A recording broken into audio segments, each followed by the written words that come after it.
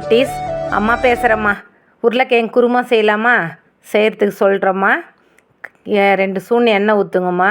கடுகு, சோம்பு, சீரகம், பட்டை, லவங்கம், பிரிஞ்சி இலை, ஏலக்காய் போட்டுட்டு அப்புறமா கறிவேப்பிலை போடுங்கம்மா. கறிவேப்பிலை போட்டு கறிவேப்பிலை நல்லா பொன்னிறமாக வரட்டும். வந்த உடனே வெங்காயம் போட்டு நல்லா வதக்குங்கம்மா. வெங்காயம் வதக்கினா நல்லா டேஸ்ட்டு நல்லா இருக்குண்டாம்மா. வெங்காயம் வதக்க வதக்க சூப்பராக நல்லா இருக்கும்மா. வெங்காயம் வதங்கின உடனே தக்காளி போட்டுங்கம்மா. தக்காளி போட்டு நல்லா வதக்கிடு. மஞ்சத்தூள் போட்டுங்க. சிறிதளவு பெருங்காயத்தூள் போடுங்கம்மா. எல்லாத்துக்கும் நல்லாவே இருக்கும்மா. ஜீரணத்துக்கெலாம் சூப்பராக உடம்புக்கு நல்லதும்மா. பெருங்காயம் சாப்பிட்டாவே நல்லதும்மா. எல்லா வாயுக்கெலாம் நல்லா கலைக்கும்மா. பெருங்காயம் அவ்வளோ நல்லது. பெருங்காயம் போட்டு உப்பு போட்டு வதக்குங்க.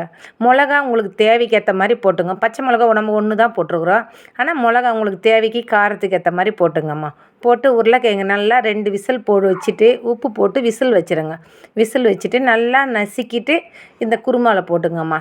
தேவை கண்டி பட்டுச்சுன்னா கடல மாவு கொஞ்சமாக 1 ஸ்பூன் போட்டு இதில் கரைச்சி ஊற்றினா இன்னும் சூப்பராக இருக்கும்மா. இது கூட நல்லா இருக்கும்மா. அது நிறைய பேர் இருந்தீங்கன்னா அதுக்கு போட்டிங்கன்னா இன்னும் சூப்பராக நல்லாயிருக்கும். ஒரே 1 ஸ்பூன் கடல மாவு கரைச்சி ஊற்றிட்டேன், சூப்பராக இருக்கும். இதுதாண்டா அம்மா டிப்ஸு.